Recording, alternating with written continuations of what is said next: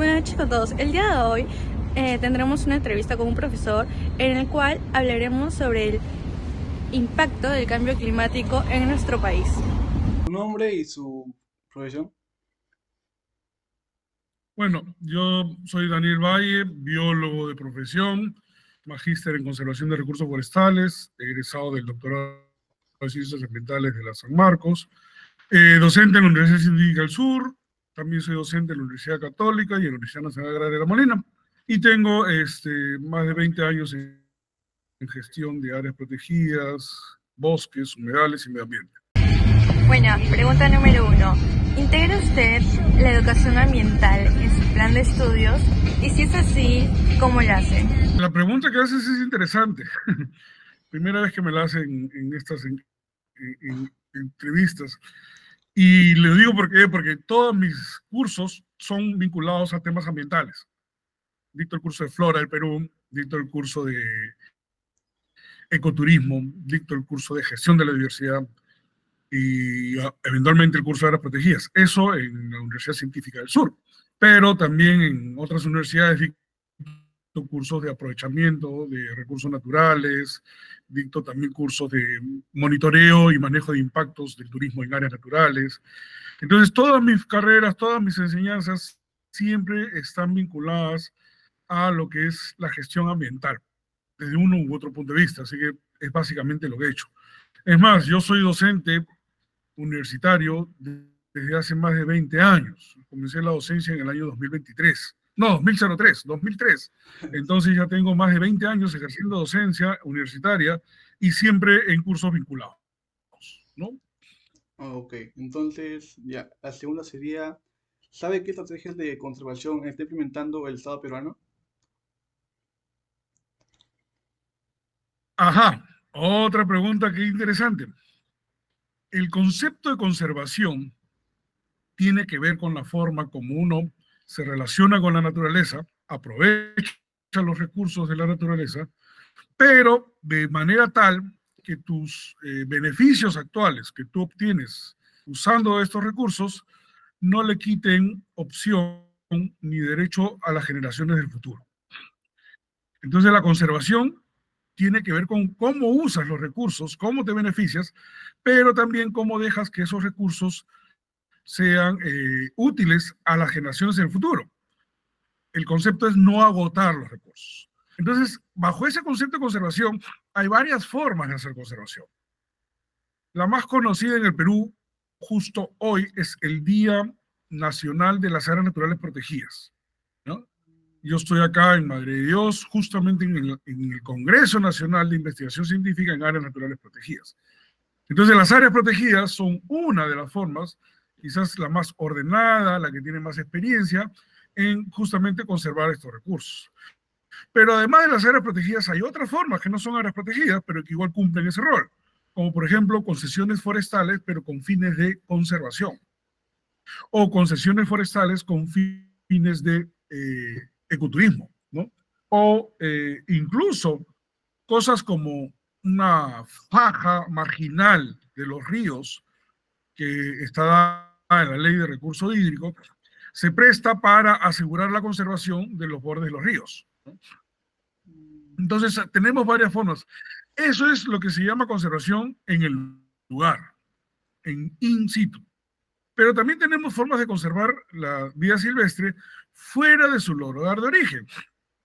Y esto sucede cuando la vida silvestre está amenazada o en un lugar que va a ser transformado. Por ejemplo, algunos lugares conocidos son los zoológicos, los criaderos, los centros de rescate, los viveros forestales, los orquidiarios, los mariposarios, entre otros. Ok. Listo. Ahora, desde su punto de vista como biólogo y experto, ¿qué opina del cambio climático en nuestro país? A ver, el cambio climático es global, ya no es algo del Perú.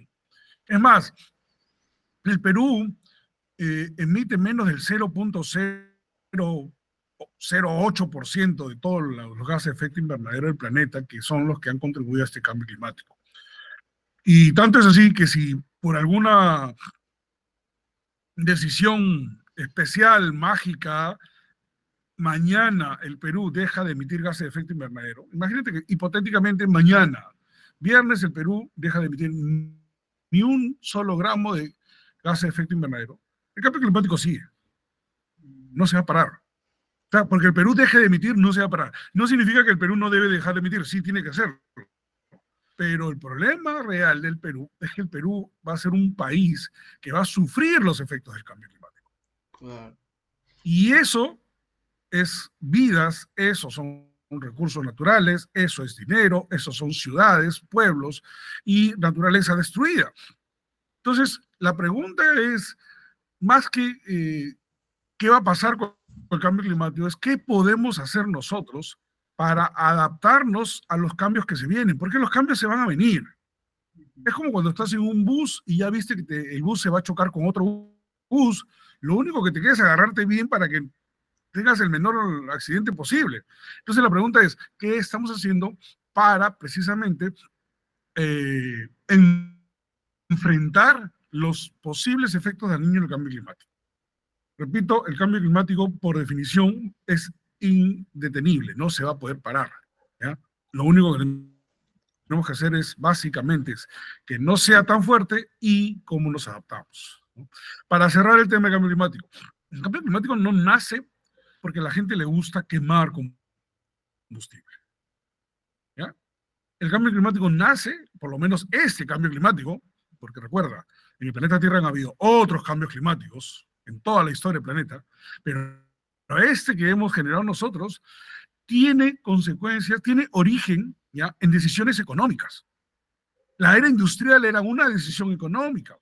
El utilizar combustible fósil y no luz solar como energía es una decisión económica, ¿no? Entonces siempre estamos anteponiendo una decisión económica.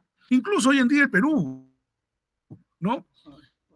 En este Congreso de Áreas Protegidas hablaban que las áreas protegidas han generado 800 millones de soles en beneficios al país.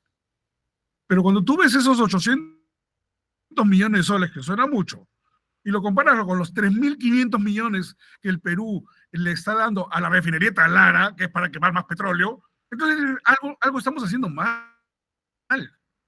Y ahí estamos en el problema. Entonces te das cuenta que justamente son decisiones económicas acompañadas de decisiones políticas las que nos están llevando a este problema llamado cambio climático. Bueno, profesor, como última pregunta sería, ¿qué cree que debería mejorar el sistema educativo para promover una mejor conciencia ambiental? Mira, no por decirle a la gente la naturaleza es buena, la gente va a creer que la naturaleza es buena. ¿Ya? Eso es un problema real. ¿Ya? Entonces, la concientización ambiental no es un fin por sí misma, es un medio. La pregunta es, ¿qué quieres cambiar? Entonces, primero tienes que ser muy claro en qué cosa es lo que tiene que cambiar en ti, ¿ya?, para que realmente la situación cambie. ¿Ya? Haciendo, qué sé yo, artesanías con vasos descartables o con botellas recicladas, no cambia nada. No cambia nada. Lo único que has hecho es una clase en donde los chicos han aprendido y a que al final todo va a terminar en la basura. O sea, va a terminar igual de basura. Y ese es un problema. Por ejemplo, la gente dice, una pregunta que me hicieron, ¿no? ¿Puedo reciclar botellas de plástico para convertirlas en escobas? Y digo, ¿y para qué las quieres en escobas? Porque cuando tú conviertes una botella plástica en escobas y con esa escoba barras el suelo, lo único que vas a hacer es producir más microplásticos. Porque al barrer la escoba se va despedazando de a poquito, pues se va como lijando y vas haciendo microplástico. Entonces lo único que has hecho es transformar una botella que era basura y convertirla en microplásticos de escoba. Claro, en el proceso ganaste. Ojo cuando hablemos de este tema en economía circular, porque lo único que estamos haciendo es sacarle plata a la basura, pero seguimos haciendo basura. No vamos a dejar de hacer basura, ¿no? Entonces, la concientización tiene que tener un proceso de cambio definitivo. Te doy un ejemplo muy corto. Hace años, ¿ya? En el Perú, en los 70s, comíamos ballena. Matábamos ballenas para comer ballenas. Y fue por una convención internacional que Perú dejó de cazar ballenas. Hoy en día, una ballena en el mar peruano vale más estando viva que muerta, porque atrae el turismo. Ahí sucedió un cambio. Entonces los pescadores hoy en día salvan ballenas, pero hace 50 años los pescadores las mataban y se las comían. Ahí ha habido un cambio. Y no ha sido por una concientización, ha sido porque realmente has cambiado el modelo y has necesitado adaptarte a esa nueva instancia. Entonces, cuando comencemos a valorar los recursos, valoremos los bosques. Cuando tú digas, cada gota de agua de Lima viene de un bosque amazónico peruano, ahí te darás cuenta que no cortes el bosque porque te quedas sin agua. Pero solamente decir que los bosques son el pulmón, que la naturaleza, que la vida es armónica, nunca va a ser suficiente. Nunca va a ser suficiente.